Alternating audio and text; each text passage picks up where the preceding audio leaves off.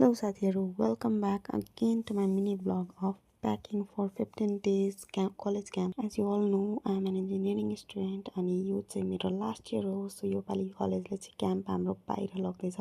College camp त्यो नि 15 दिन.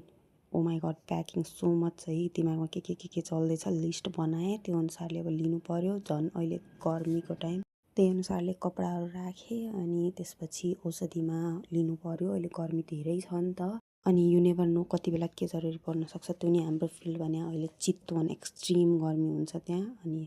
अनि अलिअलि जेनरल औषधिहरू, ग्लुकोन डी अनि सातुहरू राखेँ चिसोको लागि. अनि त्यसपछि स्किन केयरमा सनस्क्रिन, फेस वास योहरू सबै राखेँ मैले.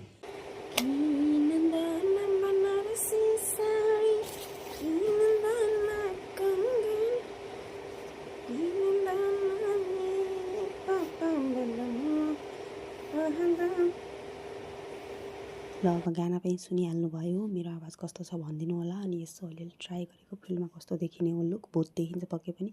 So let's back again to the packing. छाता अनि चस्मा इज नेसेसरी घाममा हेर्नलाई अनि प्रोटेक्सनको लागि पनि. अनि त्यसपछि अलिअलि जुलीहरू त चाहिहालिन्छ त्यहाँनिर अब कतै घुम्न गइयो भने.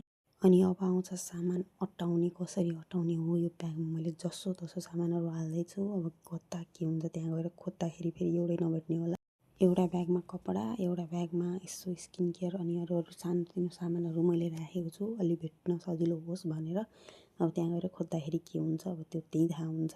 तर सकेसम्म सामान चाहिँ नछुटियोस् भन्ने खालको मैले प्याकिङ गरेको छु. लिस्ट बनाएर, लिस्टमा टिक लगाएर होइन. त्यसरी नै तपाईँहरू प्याकिङ गर्नु होला. अनि साथीहरूको प्याकिङ कस्तो हुँदैछ, के हुँदैछ भनेर सोध्न त पऱ्यो. खासमा यो सानो मान्छेसँग कुरा गर्नलाई हो. फोन गरेँ, एकछिन साँझ भेट्न पनि गएँ. अनि फाइनली मेरो सामान प्याक भइसक्यो. 2टा ब्याग भएछ अनि एउटा क्यारी ब्याग त लिनै पर्यो.